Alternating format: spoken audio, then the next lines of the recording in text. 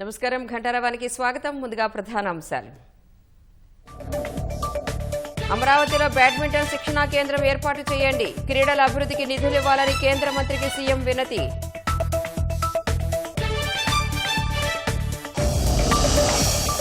గండికోటలో inter విద్యార్థిని హత్యపై ముమ్మర దర్యాప్తు, విచారణ తీరుపై ఆరా తీసిన కర్నూలు రేంజ్ డీఐజీ కోయ ప్రవీణ్. నిన్నటి ఆయుధాలతో ఇవాల్టి యుద్ధాన్ని గెలవలేమన్న త్రిదళాధిపతి, మానవరహిత వైమానిక వ్యవస్థ భారత్కు అవసరమని వ్యాఖ్య.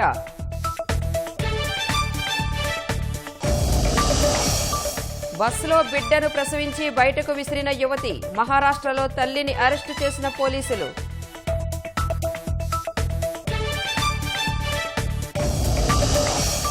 మాస్కోతో వ్యాపారం కొనసాగిస్తే 100% సుంకాలు, భారత్, చైనా, బ్రెజిల్ దేశాలను హెచ్చరించిన నాటో.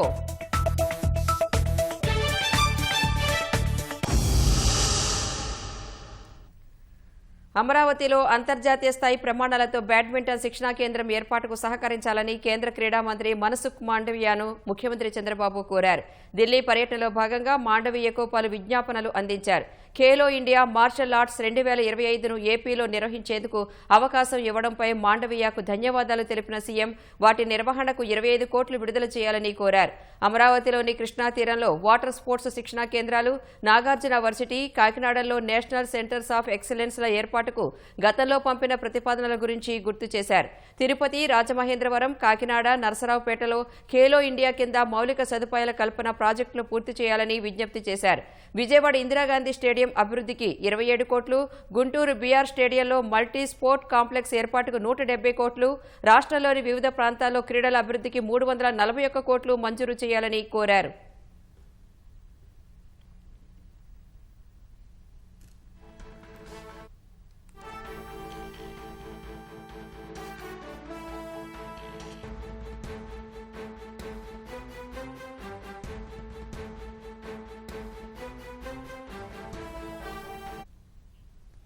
గండికోటలో ఇంటర్ విద్యార్థిని హత్యపై దర్యాప్తు ముమ్మరంగా కొనసాగుతోంది. ఎస్పీ అశోక్ కుమార్ తో డీఐజీ కోయ ప్రవీణ్ చర్చించారు. మరింత సమాచారం మా ప్రతినిధి మురళిని అడిగి తెలుసుకుందాం.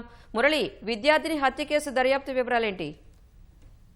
రాణి, కడప జిల్లా గండికోటలో ఇంటర్ 2వ సంవత్సరం చదువుతున్నటువంటి విద్యార్థిని హత్య గురి కావడం పైన ఈ కేసును ఛేదించడానికి పోలీసులు ప్రతిష్టాత్మకంగా తీసుకుని విచారణ ముమ్మరం చేస్తున్నారు. నిన్నటి నుంచి కూడా జిల్లా ఎస్పీ అశోక్ కుమార్ జమ్మలమడుగులోనే మకాం వేసి ఈ దర్యాప్తు సాగుతున్న తీరును పరిశీలించారు. కొద్దిసేపటి క్రితమే కర్నూలు రేంజ్ డీఐజీ కోయ ప్రవీణ్ కూడా జమ్మలమడుగు చేరుకున్నారు. జిల్లా ఎస్పీతో పాటు ప్రొద్దుటూరు, జమ్మలమడుగు డీఎస్పీలు, ఇతర పోలీసు అధికారులతో ఆయన సమీక్ష నిర్వహిస్తున్నారు. అసలు ఈ హత్య ఎలా జరిగింది, దీనిలో ఎవరెవరి పాత్ర ఉంది అనే కోణంలో కూడా మీ దగ్గర ఉన్నటువంటి ఆధారాలు ఏంటి, ఇప్పటి వరకు ఎలాంటి ప్రాథమిక ఆధారాలు సేకరించారు అనే దానిపైన డీఐజీ కోయ ప్రవీణ్ జిల్లా పోలీసు అధికారులను అడిగి తెలుసుకుంటున్నారు. ప్రధానంగా ఈ హనుమాన్గుత్తి, ఎర్రగుంట్ల మండలం హనుమాన్గుత్తి గ్రామానికి చెందినటువంటి ఈ లోకేష్ అనే యువకుడు సోమవారం ఉదయం 8:30 గంటల ప్రాంతంలో గండికోటకు అమ్మాయిని పల్సర్ బైక్ పైన తీసుకెళ్లినట్లు సీసీటీవీ ఫుటేజ్ లో స్పష్టంగా కనిపించింది. అయితే తిరిగి 10:30 గంటల ప్రాంతంలో ఆ అబ్బాయి ఒకడే బైక్ పైన వెళ్ళినప్పటికీ అమ్మాయి మాత్రం గండికోటలోనే ఉండిపోయింది. అక్కడే ఎందుకు వదిలిపెట్టాల్సినటువంటి పరిస్థితి ఏమొచ్చింది? ఆ తర్వాత 12:30 వరకు కూడా ఆమె గండికోట పరిసర ప్రాంతాల్లో తిరిగినట్లు కూడా పోలీసులు ప్రాథమికంగా గుర్తించారు. ఆ తర్వాత ఏం జరిగింది, మధ్యాహ్నం 1 గంట నుంచి సాయంత్రం వరకు ఈ ఘటన జరిగి ఉండొచ్చని కూడా పోలీసులు భావిస్తున్నారు. గండికోటలోని మాధవరాయ స్వామి టెంపుల్ వెనక వైపు కంప చెట్లలో, కొండగుట్టల్లో నిర్మానుష్యమైనటువంటి ప్రదేశంలో అమ్మాయి మృతదేహము ఒంటిపైన బట్టలు లేకుండా కనిపించడం పైన తీవ్ర ఆందోళన వ్యక్తమవుతుంది. ఎవరు ఇలాంటి ఘాతుకానికి పాల్పడ్డారు, ఎవరు ఇంత దారుణమైనటువంటి హత్యకు పాల్పడ్డారు అనే కోణంలో కూడా పోలీసులు దర్యాప్తు ముమ్మరం చేస్తున్నారు. ఇందులో మరికొందరు ఈ లోకేష్ పాత్ర ఒకవైపు ఉన్నట్లయితే అది తీసుకెళ్లడం వరకు, అమ్మాయిని గండికోవడం తీసుకెళ్లడం వరకు అతని పైన హత్య కేసు నమోదు చేసినప్పటికీ ఈ అమ్మాయిని హత్య చేయడంలో ఇతని పాత్ర ఉందా లేదా, లేకపోతే ఇతనికి సంబంధించినటువంటి స్నేహితులు ఎవరైనా ఈ అఘాయిత్యానికి పాల్పడ్డారా, లేకపోతే అమ్మాయి కుటుంబ సభ్యులే పరువు కోసం ఈ ఘాతుకానికి పాల్పడ్డారా అనే కోణంలో కూడా పోలీసులు అన్ని కోణాల్లో కూడా దర్యాప్తు చేస్తున్నారు. పోస్ట్ మార్టం నివేదిక, ప్రాథమికంగా అందినటువంటి పోస్ట్ మార్టం నివేదిక ప్రకారం అమ్మాయి పొట్ట పైన, ఛాతి పైన బలంగా దాడి చేసినట్లు కూడా వైద్యులు ధృవీకరించారు. ఆ పిఎం నివేదిక ఆధారంగా చూసుకున్నట్లయితే లోపల లివర్ కూడా పగిలిపోయిందనేది కూడా నిర్ధారణ అయింది. ఆ లెక్కను చూసుకున్నట్లయితే ఎవరో ఆ అమ్మాయిని బలవంతంగానే దాడి చేసి చంపి ఉంటారని కూడా పోలీసులు ప్రాథమికంగా గుర్తిస్తున్నారు. ఎవరు ఇంతటి ఘాతుకానికి పాల్పడ్డారు అనే కోణంలో ఆ రోజు సోమవారం గండికోట చారిత్రక ప్రాంతానికి ఎవరెవరు వచ్చారు, వారి సెల్ ఫోన్లు, వారి టవర్ లొకేషన్ ఆధారంగా వాళ్ళందరినీ ఎవరైతే అనుమానితులు ఉన్నారో ఆ రోజు దాదాపు 50 నుంచి, సోమవారం కావడంతో 50 నుంచి 60 మంది మాత్రమే గండికోట ప్రాంతానికి వచ్చినట్లు అక్కడ ఉన్నటువంటి పురావస్తు సిబ్బంది కూడా తెలియజేస్తున్నారు. వారందరినీ కూడా ఫోన్ల ద్వారా పిలిపించి కూడా విచారణ చేస్తున్నారు. నిన్న ఉదయం నుంచి కూడా ఇవాళ ఉదయం వరకు కూడా అదే పనిలో పోలీస్ యంత్రాంగం నిమగ్నమైంది. మరి ముఖ్యంగా క్లూస్ టీము, ఫోరెన్సిక్ నిపుణులు సీసీటీవీ ఫుటేజ్ అన్నిటిని కూడా పరిశీలిస్తున్నారు. ఈ అబ్బాయి లోకేష్ చెప్తున్న ప్రకారం ఇది నిజంగా ఇతను హత్య చేయలేదా, లేకపోతే ఇతని స్నేహితులు ఎక్కడెక్కడ ఉన్నారనే దానిపైన ఎర్రగుంట్ల, హనుమాన్ గుత్తి, ప్రొద్దుటూరు, జమ్మలమడుగు ప్రాంతాల్లో కూడా ఆరా తీస్తున్నారు. ఇతను ఆ అమ్మాయి గండికోట ప్రాంతంలో హత్య జరిగినప్పుడు ఈ అబ్బాయి ఎక్కడున్నాడు, అతని కుటుంబ సభ్యులు ఎక్కడ ఉన్నారు, ఇతని స్నేహితులు ఎక్కడ ఉన్నారు అనేటువంటి టవర్ లొకేషన్ అన్నిటి కూడా పోలీసులు అనాలిసిస్ చేసేటువంటి కార్యక్రమం కొనసాగుతుంది. ఇవాళ సాయంత్రం లోపు నిందితులు ఎవరనేది, అసలు నిందితులు, హత్య చేసినటువంటి వ్యక్తులు ఎవరనేది నిర్ధారించేందుకు పోలీసులు దర్యాప్తు కొనసాగిస్తున్నారు.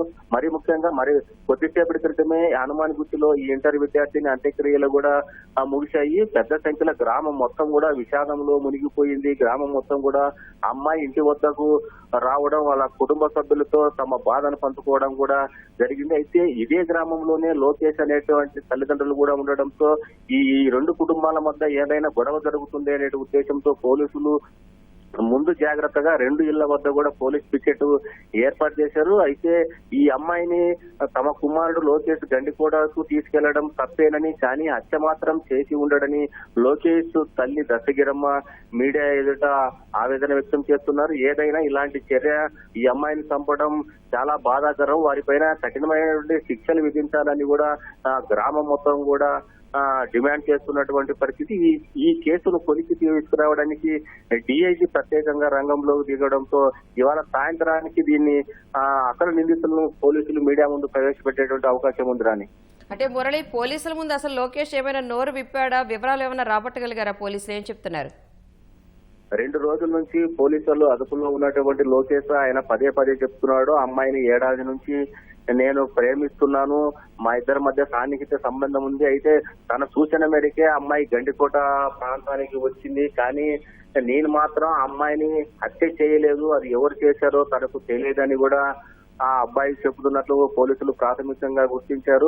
మేము ఇద్దరం కూడా ఆ రోజు ఉదయం నుంచి సాయంత్రం వరకు గండికోటలో ఉండాలనే ప్లాన్ తోనే అక్కడికి వెళ్ళాము. కానీ మీ గండికోటకు వచ్చినటువంటి విషయాన్ని వాళ్ళ సోదరుడు సురేంద్ర తెలుసుకొని మమ్మల్ని వెంబడించడంతోనే నేను భయపడి ఆ అమ్మాయిని గండికోట పార్కింగ్ ప్లేస్ లో వదిలేసి నేను ఒక్కడినే ఇంటికి వచ్చానని కూడా పోలీసులకు విచారణలో చెప్పినట్లు తెలుస్తోంది. అయితే ఈ అబ్బాయి చెప్తుంది నిజమేనా అబద్ధం అనే కోణంలో కూడా పోలీసులు అన్ని కోణాల్లో దర్యాప్తు చేస్తున్నారు. తమదైన శైలిలో అతన్ని ఇంటరాగేషన్ చేస్తున్నటువంటి పరిస్థితి. నిజంగా హత్యలో ఈ లోకేష్ ప్రమేయం ఉందా లేదా, లేకపోతే ఇతని స్నేహితులు, ఇతను జులాయిగా హనుమాన్ గుత్తులో జులాయిగా తిరిగేటువంటి వ్యక్తి, ఇతనికి చిన్న గ్యాంగులతో కూడా సంబంధం ఉందని పోలీసులు ఇప్పటికే నిర్ధారణకు వచ్చారు. ఇతని వెనక తిరిగి అల్లరి మూకలు ఎవరు, రౌడీలు ఎవరు అనేది వాళ్ళందరినీ కూడా స్టేషన్ పిలిపించి విచారణ చేస్తున్నారు. అమ్మాయి కుటుంబ సభ్యులను కూడా విచారణ చేస్తున్నారు. ఇప్పటికైతే ప్రాథమికంగా ఆ సీసీ ఫుటేజ్ అన్ని ఆధారాలను సేకరించిన తర్వాత పక్క ఆధారాలతోనే నిందితులను పట్టుకోవాలని భావిస్తున్నారు. ఇప్పటికైతే పోలీసుల అదుపులో లోకేష్ ఉన్నాడు, అతను చెప్పే వివరాలను నమోదు చేసుకుంటున్నట్టు పోలీసులు మరికొందరి పాత్ర పైన కూడా ఆరా తీస్తున్నారు. రాని ఓకే, ధన్యవాదాలు మురళి.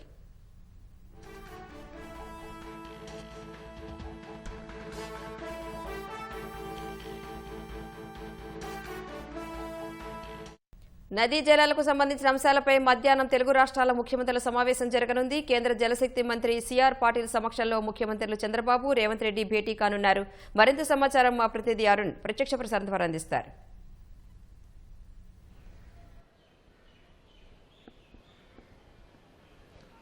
Thank you. మధ్యాహ్నం 2:30 గంటల తర్వాత కేంద్ర జలశక్తి శాఖ కార్యాలయంలో కీలకమైనటువంటి భేటీ జరగబోతోంది.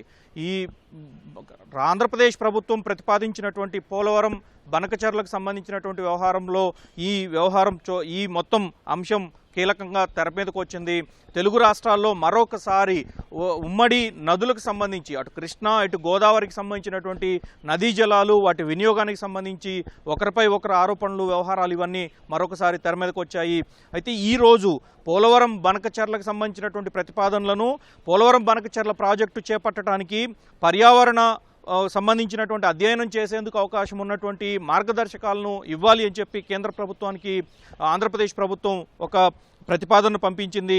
ఆంధ్రప్రదేశ్ ప్రభుత్వం పంపించిన ప్రతిపాదన పైన ఎన్విరాన్మెంట్ అసెస్ కమిటీ ఒక నివేదికను తయారు చేసి ప్రస్తుతం ఉన్నటువంటి పరిస్థితుల్లో ఇతర రాష్ట్రాల నుంచి వస్తున్నటువంటి అభ్యంతరాలు ఎక్కువగా ఉన్నాయి. దాంతోపాటుగానే వరద జలాలు అంచనా ఎంతవరకు ఉంది అనే విషయం పైన సిడబ్ల్యూసి కేంద్ర జల సంఘం ఒక కీలకమైనటువంటి నివేదిక ఇవ్వాల్సి ఉంది.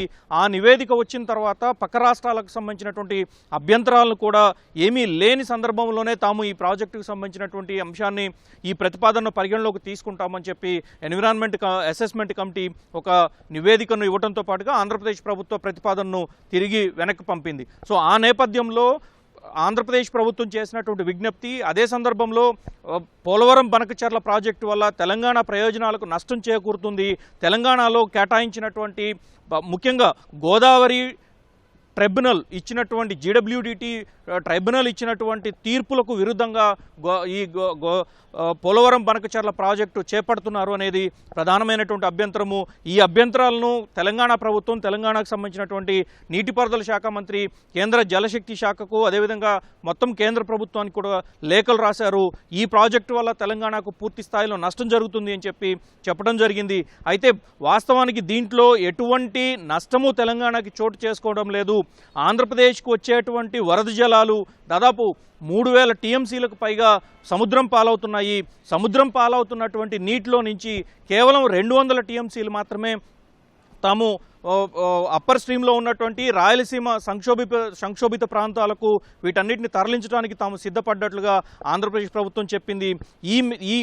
ఈ పరిణామాలు చోటు చేసుకుంటున్నటువంటి నేపథ్యంలోనే గత వారం కూడా ఈ నెల 10-11 తేదీల్లో తొలుత ఇరు రాష్ట్రాలకు సంబంధించినటువంటి సీఎంలతో భేటీ నిర్వహించాలని చెప్పి కేంద్ర జలశక్తి శాఖ మంత్రి సిఆర్ పాటిల్ నిర్ణయించినప్పటికీ ఇరు రాష్ట్రాలకు సంబంధించినటువంటి ముఖ్యమంత్రుల షెడ్యూల్ ఖరారు కాకపోవడంతో ఆ భేటీ ఈ రోజుకు సెట్ అయింది. 2 రోజుల క్రితం కూడా కేంద్ర జలశక్తి శాఖ ఇద్దరు చీఫ్ సెక్రటరీలకు ఒక లేఖ రాసింది. నదీ జలాలకు సంబంధించినటువంటి వ్యవహారాలపైన చర్చించేందుకు ఇరువురు ముఖ్యమంత్రుల స్థాయి సమావేశం జరగాల్సి ఉంది. కేంద్ర మంత్రి ఈ సమావేశాన్ని నిర్వహిస్తారు. ఈ సమావేశంలో అన్ని అంశాలను ప్రతిపాదించి చర్చించాల్సి ఉంటుంది అని కూడా స్పష్టం చేయడం జరిగింది. ఆ మేరకు ఆంధ్రప్రదేశ్ ప్రభుత్వం మాత్రం ఈ రోజు జరిగేటువంటి భేటీలో కేవలం పోలవరం బనకచెర్లకు సంబంధించినటువంటి వ్యవహారంపై మాత్రమే చర్చించాలి అని చెప్పి ఒక ప్రతిపాదన పంపించింది. అయితే తెలంగాణ మాత్రం నిన్న ఉదయం తెలంగాణకు సంబంధించినటువంటి నీటిపారుదల శాఖ మంత్రి ఒక కీలకమైనటువంటి లేఖ రాశారు. 11 పేజీల లేఖను సిఆర్ పాటిల్కు అదేవిధంగా జలశక్తి శాఖకు రాశారు. జలశక్తి శాఖ కార్యదర్శికి రాయటం జరిగింది. దీంట్లో ప్రధానంగా 9 ప్రాజెక్టులకు సంబంధించినటువంటి అంశాలను ప్రస్తావిస్తూ ముఖ్యంగా శ్రీశైలం వరద ప్రధానమైనటువంటి అంశంగా చోటు చేసుకోవడంతో పాటుగా శ్రీశైలం ప్రాజెక్టుకు సంబంధించి ప్లంజ్ పూల్ వ్యవహారము ఇది తీవ్రంగా పరిగణించాల్సినటువంటి అంశము. గత కొన్ని సంవత్సరాలుగా చెప్తున్నప్పటికీ ఎవరూ పట్టించుకోని పరిస్థితి ఏర్పడింది. ఆంధ్రప్రదేశ్ ప్రభుత్వం వైపు నుంచి కేటాయించాల్సినటువంటి నిధులు కూడా కేటాయించలేదు కాబట్టే ఈరోజు ప్రమాదంలో పడింది. కాబట్టి దాన్ని ప్రయారిటీగా తీసుకొని చర్చించాలని, దాంతోపాటుగా ఎడమకాలం నుంచి వాడుకునేటువంటి నీళ్లు కుడికాలం నుంచి వాడుకునేటువంటి నీళ్లు పూర్తి స్థాయిలో లెక్కల్లోకి తీసుకోవాల్సి ఉంటుంది. కాబట్టి కృష్ణా బేసిన్లో వచ్చేటువంటి ప్రతి నీటి బొట్టుకు లెక్కలు తేల్చాల్సి ఉందని, ఆ లెక్కలు తేల్చకుండా అదే సందర్భంలో తెలంగాణ ప్రతిపాదించినటువంటి జాతీయ ప్రాజెక్టు హోదా ఇవ్వాలి అని చెప్పి డిండి ప్రాజెక్టుకు అదేవిధంగా మరో 2 ప్రాజెక్టులకు జాతీయ హోదా ఇవ్వాలని చెప్పి విజ్ఞప్తి చేసినప్పటికీ ఎలాంటి ప్రతిపాదనను కూడా సానుకూల దృక్పథంతో కేంద్రం తీసుకోలేదు. సో ఆ నేపథ్యంలో ఇప్పుడు పోలవరం బనకచెర్లకు అనుమతులు ఇచ్చినట్లయితే తెలంగాణలో ఉన్నటువంటి ఈ ప్రాజెక్టులను కూడా పరిగణలోకి తీసుకోవాల్సి ఉంటుంది. తొలుత నీటి వాటాలు, ప్రతి బొట్టుకు సంబంధించినటువంటి వాటాలు లెక్కలు తేలాలి. అదే సందర్భంలో తెలంగాణలో ఇప్పటికే నిర్మాణంలో ఉన్నటువంటి గోదావరి ప్రాజెక్టుపై నిర్మాణంలో ఉన్నటువంటి ప్రాజెక్టులు ఏవైతే ఉన్నాయో, గోదావరి నదిపై ఉన్నటువంటి ప్రాజెక్టులకు నీటి కేటాయింపులు పూర్తి స్థాయిలో జరిగిన తర్వాతే పోలవరం బనకచెర్లకు సంబంధించినటువంటి అంశాలపైన చర్చలకు ముందుకు వెళ్ళాలి అని చెప్పి తెలంగాణ ప్రభుత్వం స్పష్టం చేసింది. ఆ మేరకు పోలవరం బనకచెర్ల కంటే తేల్చాల్సినటువంటి, ఇరు రాష్ట్రాల మధ్య తేల్చాల్సినటువంటి కృష్ణా బేసిన్లో, గోదావరి బేసిన్లో 2 రాష్ట్రాలకు సంబంధించినటువంటి ప్రాజెక్టులు ఉన్నాయి. వాటికి సంబంధించినటువంటి విషయంలో గతంలో ఎడమకాలం నుంచి ఎడమ వైపు ఉన్నటువంటి విద్యుత్ కేంద్రం నుంచి నీటిని విచ్చలవిడిగా విడుదల చేస్తున్నారు. దీనివల్ల ప్రాజెక్టు ప్రమాదంలో పడే అవకాశం ఉంది. దాంతోపాటుగా రాయలసీమకు కనీసం తాగునీరు కూడా అందేటువంటి పరిస్థితి లేదు అని చెప్పి గతంలో ఆంధ్రప్రదేశ్ కేంద్ర జలశక్తి శాఖకు, కేంద్రానికి అనేక ఫిర్యాదులు చేసింది. సో ఆ నేపథ్యంలో ఇప్పుడు తెలంగాణ అందుకు సంబంధించినటువంటి అంశాన్నే ప్రత్యేకంగా తీసుకుంటూ కుడికాలు వైపు నుంచి, అదేవిధంగా పోతిరెడ్డిపాడు హెడ్ రెగ్యులేటరీ వైపు నుంచి నీటిని విచ్చలవిడిగా తీసుకుంటుంది ఆంధ్రప్రదేశ్, విచ్చలవిడిగా వాడుకుంటుంది. ఈ లెక్కలు తేలకుండా ఈ రకంగా చేస్తుంది కాబట్టి మొత్తం కృష్ణా బేసిన్లో ఉన్నటువంటి అన్ని ప్రాజెక్టుల వద్ద, అటు కుడి కాలువ ఇటు ఎడమ కాలువ, 2 శ్రీశైలం కావచ్చు, అదేవిధంగా నాగార్జున సాగర్ కావచ్చు, మిగతా ప్రాజెక్టులన్నిటి చోట్ల టెలిమెట్రీలు కంపల్సరీ ఏర్పాటు చేసిన తర్వాతనే మిగతా అంశాలన్నింటినీ పరిగణలోకి తీసుకోవాలి, మిగతా అంశాలన్నిటిపైన చర్చిద్దాము అని చెప్పనేటువంటి ప్రతిపాదన కూడా తెలంగాణ ప్రభుత్వం ముందుకు తీసుకొచ్చింది. సో ఈ విధంగా 9 అంశాలను ప్రధానంగా తెలంగాణ ప్రతిపాదించింది. ఒక అంశాన్ని, పోలవరం బనకచెర్లకు సంబంధించినటువంటి ఒక అంశాన్ని మాత్రం ఆంధ్రప్రదేశ్ ప్రతిపాదించింది. అయితే ఈ మొత్తం అంశంలో జలశక్తి శాఖ ఏ అంశాన్ని ప్రధానంగా తీసుకుంటుంది అనేటువంటి అంశం ఇప్పుడు ప్రధానమైనటువంటి అంశంగా చూసుకోవచ్చు. దీంట్లో జలశక్తి శాఖ మంత్రి, జలశక్తి శాఖ కార్యదర్శి, సిడబ్ల్యూసికి సంబంధించినటువంటి ఉన్నతాధికారులు కూడా పాల్గొంటారని కేంద్ర ప్రభుత్వ వర్గాలు వెల్లడిస్తూ ఉన్నాయి. ఈ భేటీలో పోలవరం బనకచెర్లకు సంబంధించి, అదేవిధంగా తెలంగాణ ప్రభుత్వం ప్రతిపాదించినటువంటి టెలిమెట్రీలు కావచ్చు, నీటి అధ్యయనానికి సంబంధించినటువంటి విషయాలు కావచ్చు, శ్రీశైలం ప్రాజెక్టుకు సంబంధించినటువంటి విషయంలో కావచ్చు, ఏ విధమైనటువంటి చర్యలకు ముందుకు వెళ్తారు, ఏ అంశాలను ప్రాధాన్యత కింద తీసుకుంటారనేది మినిట్స్ బయటకు వస్తే కానీ తెలియదు. కానీ ఈ మొత్తం వ్యవహారం, ఇరు రాష్ట్రాల మధ్య ఉన్నటువంటి వ్యవహారం కేంద్ర ప్రభుత్వం పైన తీవ్రమైనటువంటి ఒత్తిడి చేస్తుందని చెప్పుకోవచ్చు. ఆ ఒత్తిడి కారణంగానే ఈరోజు సిఆర్ పార్టీలో ఒక కీలకమైనటువంటి భేటీ నిర్వహిస్తున్నారు.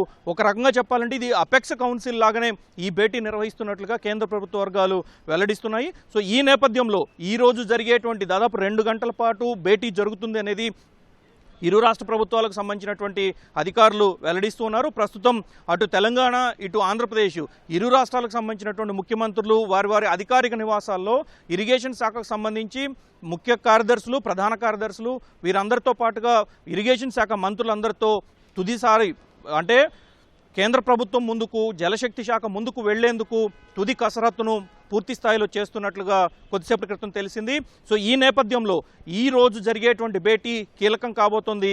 అటు పోలవరం బనకచెర్ల ప్రాజెక్టు దాదాపు 80,000 కోట్లకు పైగా ప్రతిపాదనలతో కేంద్ర ప్రభుత్వానికి ఇప్పటికే ఆంధ్రప్రదేశ్ ప్రభుత్వం ప్రతిపాదించింది. దాంతోపాటు ఈ ప్రాజెక్టును పూర్తి స్థాయిలో అమల్లోకి తీసుకొచ్చేందుకు అవసరమైనటువంటి ఆర్థిక సహకారం అందించాలని కూడా ఆంధ్రప్రదేశ్ ప్రభుత్వం ప్రతిపాదించింది. కానీ తెలంగాణ వైపు నుంచి ఇప్పటికే నిర్మించినటువంటి ప్రాజెక్టులకు జాతీయ హోదా కల్పించాలని, అదే సందర్భంలో విభజన చట్టంలో పేర్కొనని ప్రాజెక్టులకు కూడా నీటి కేటాయింపులు జరపాలి అనే దానికి సంబంధించిన విషయంలో కూడా తెలంగాణ పట్టుబడుతూ ఉంది. సో ఈ అన్ని అంశాలలో ఏ అంశానికి ప్రాధాన్యత ఇస్తారు, ఏ అంశాన్ని ప్రాధాన్యత క్రమంలో తీసుకుంటారనేది వేచి చూడాల్సిన పరిస్థితి ఉంది. Vote studio. ధన్యవాదాలు అరుణ్. నెల్లూరు జిల్లాలో వ్యాపారులు, దళారులు కొమ్మక్కై యూరియా కృత్రిమ కొరత సృష్టిస్తున్నారని రైతులు ఆరోపిస్తున్నారు. ప్రభుత్వం సొసైటీలకు ఇస్తున్న యూరియాను పక్కదారి పట్టించి బ్లాక్లో ఎంఆర్పీ కంటే అధిక ధరలకు విక్రయిస్తున్నారని చెబుతున్నారు. ప్రభుత్వం ఇప్పటి వరకు రైతులకు 2 లక్షల బస్తాల యూరియాను జిల్లాలకు పంపిణీ చేసింది. వ్యవసాయ అధికారులు సొసైటీల లెక్కల ప్రకారం యూరియా రైతులకు పంపిణీ చేసినట్లు చూపిస్తున్నారు. ప్రస్తుతం ఖరీఫ్ నేపథ్యంలో పొలాల్లో యూరియాను చెల్లాల్సి ఉందని రైతులు తెలిపారు. తమ అవసరాల్ని అవకాశంగా తీసుకుని వ్యాపారస్తులు మోసం చేస్తున్నారని మండిపడుతున్నారు. కనీసం 10 రోజుల నుంచి 20 రోజులు తిరిగినా కానీ ఒక కేజీ కూడా ఇలా ఆ బయట బ్లాక్ లేకపోతే 300-350 రూపాయలు అడిగి వాళ్ళు తీసుకుంటున్నారు. సీజను ఫైర్కి వేసుకోవాలా, ఆకులకి వేయాలా, పిండిలు వేయాలా, దుక్కిపిండి కొంటే ఒక కట్టిస్తాం వీరి అంటే అది కూడా ఈటులే, ఈరి కలపందే పని చేయదు. అధికారులు అసలు దాని విషయం లేదు. ఇప్పుడన్నా దయచేసి అధికారులు పట్టించి ఆ సొసైటీకి వచ్చి మాకు ఏదైనా ఈరియా వచ్చేటట్టు చేయమని మేము అడుగుతున్నాము. మాకు ఆరోగ్యం బాగాలేకపోతే ఈరు ఎన్నిసార్లు తిరిగా సార్, సొసైటీ చుట్టూ తిరిగిన మీరు పెట్టకపోయినా ఇవ్వాలా. ఇప్పుడు 3 ఎకరాలు చేస్తున్నా, దాన్ని దయవించి మీరు చూడాలి సార్. ఇస్తామంటున్నారు, రేపులా అంటున్నారు, అట్లే సరిపోయింది. 350 కేజీ 10 రూపాయలు తీసుకున్నారు సార్ వాళ్ళు. మా బాధలు చూసి యూరియా అందిస్తారు సార్. యూరియా బ్యాగ్ సోదరి బ్యాంకుల్లో గీనిలో కూడా ఈటున్నారు సార్. మాకు 400-500 బ్యాగులు అయితే ఇస్తున్నారు. నరుకుడులో ఆడ ఇక్కడ కొత్తకాల కాడ అట్లా బ్యాగులు ఇస్తున్నారు. బ్యాంకులు అసలు ఒక కట్ట కూడా ఈటున్నాం. మాకు అటుకెళ్తే మాకు దగ్గర లేదు, స్టాక్ లేదు అని చెప్పేస్తున్నారు. ఇప్పుడు అంత లాస్ట్ మూమెంట్లో పొటాసు యూరియా చల్లుకోవాలి కదా, అది దొరకనప్పుడు పైరు పండించుకోగలిగితే మేము ఆయన అడుగుతుంటే బ్యాగులు ఏమంటే 400 లెక్కన పేపర్ బట్టి వాళ్ళు అమ్ముతున్నారు. అవి తెచ్చుకొని చల్లుతా ఏం చేస్తాం సార్, ఎట్టయినా తప్పదని బ్యాగులు కొనుక్కొని తెచ్చుకుని చల్లుకో. సొసైటీ బ్యాంకులు అసలు మాకు స్టాక్ రావటం లేదు, మాకు లేదు అని చెప్పేస్తున్నారు. అసలు దొరకటమే లే, అంతా ఆ పక్కన అమ్మేస్తున్నారు. ఆ సొసైటీలో అసలు పిండి వేయటంలే, అసలు చిన్న రైతులకి అసలు వేయటంలే. పెద్ద వాళ్ళకి వెళ్ళిపోతూ ఉన్నాయి కట్టలు. ఏదన్నా ఎకరా ఉండే ఇంకో ఆధార్ కార్డు తెమ్మంటారు, పెద్దోళ్ళు ఇస్తే కట్టలు అయితే వేస్తున్నారు. అది పరిస్థితి. రైతులు ఏం చేస్తున్నారు, ఒక్కరు తాటలు ఎత్తుకుని వెళ్తుండే రైతులు చిచ్చర్లలో చూస్తే లేకపోతున్నా. ప్రైవేట్ షాపులో 400 ఇప్పుడు పోయినా ఉంది. సొసైటీ అయినా కానీ ఒక కట్ట ఏం పడుచుకోరు. చిల్లరోళ్ళ పరిస్థితి అంతే. పరిస్థితి ఏం బాగాలేదు. ఈర దొరక దుక్కిపిండితుకోపోతున్నా. అర్ధాంతరంగా నైరుతి రుతుపవనాలు ముఖం చాటేయడంతో ఖరీఫ్ సాగు ఆలస్యమవుతోంది. వర్షాభావ పరిస్థితులు ఏర్పడటం, బోరుబావులో నీటి ఓటలు అడుగంటడంతో రాయలసీమ జిల్లా రైతులు కలవరపడుతున్నారు. రైతులు ఆందోళన చెందాల్సిన అవసరం లేదని, మరో 2 రోజుల్లో వర్షాలు కురిసే అవకాశం ఉంటుందన్న వాతావరణ శాస్త్రవేత్త డాక్టర్ నారాయణ స్వామితో మా ప్రతినిధి లక్ష్మీప్రసాద్ ముఖాముఖి. నైరుతి రుతుపవనాలు రాష్ట్రంలోకి ప్రవేశించి నెలన్నర దాటిపోయిన చినుకు జాడ లేకుండా పోయింది. ఏ గ్రామానికి వెళ్ళి చూసినా రైతులు వాన కోసం ఆకాశం వంక చూస్తున్నారే తప్ప చినుకు నేల రాలని పరిస్థితి నెలకొంది.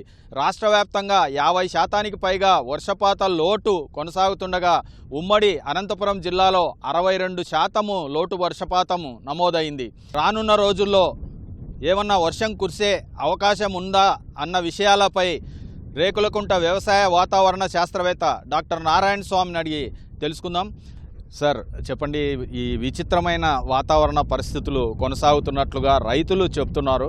అసలు రాష్ట్రంలో ఎందుకు ఇంత బెట్ట పరిస్థితులకు కారణం ఏంటి?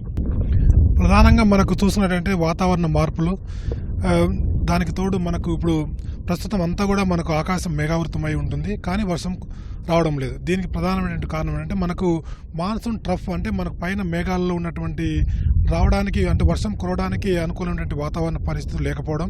అదేవిధంగా మనకు వాతావరణంలో ఈ యొక్క గాలి యొక్క తీవ్రత, వేగం ఎక్కువగా ఉండడం వల్ల ఈ యొక్క మేఘాలు ఉన్న మేఘాలు కూడా వర్షం కురియక ఈ యొక్క వర్షాభావానికి ప్రధాన కారణం అని కూడా మనం చెప్పొచ్చండి. అంటే వర్షపాత లోటు ఎంత నమోదవుతోంది? అసలు నైరుతి ఋతుపవనాలు ఎందుకు ఇంత మందగించడానికి కారణాలు ఏంటి? అదేనంటే మనకు వర్షపాత లోటు చూసుకున్నట్టయితే మనకు రాష్ట్ర వ్యాప్తంగా దాదాపు 50% లోటు వర్షపాతం నమోదవుతుంది.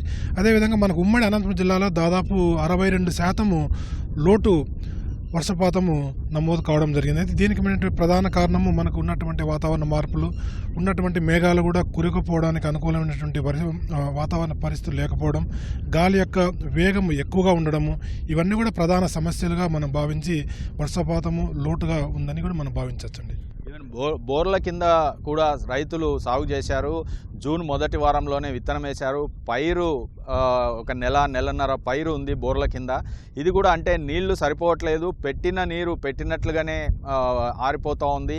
రెండోది భూమి పొడిబారిపోతూ ఉంది అంటున్నారు. ఈ రకమైన వాతావరణ పరిస్థితులకు కారణాలు ఏంటి సార్? దీనికి కారణం అంటే ప్రధానంగా అనంతపురం జిల్లాలో ఇంకా కొన్ని మనకు సత్యసాయి జిల్లా పక్కన ఉన్నటువంటి చిత్తూరు కానీ కడప కానీ అంతా అక్కడక్కడ మన బోరు బావుల కింద వేరుశనగ సాగు చేశారు.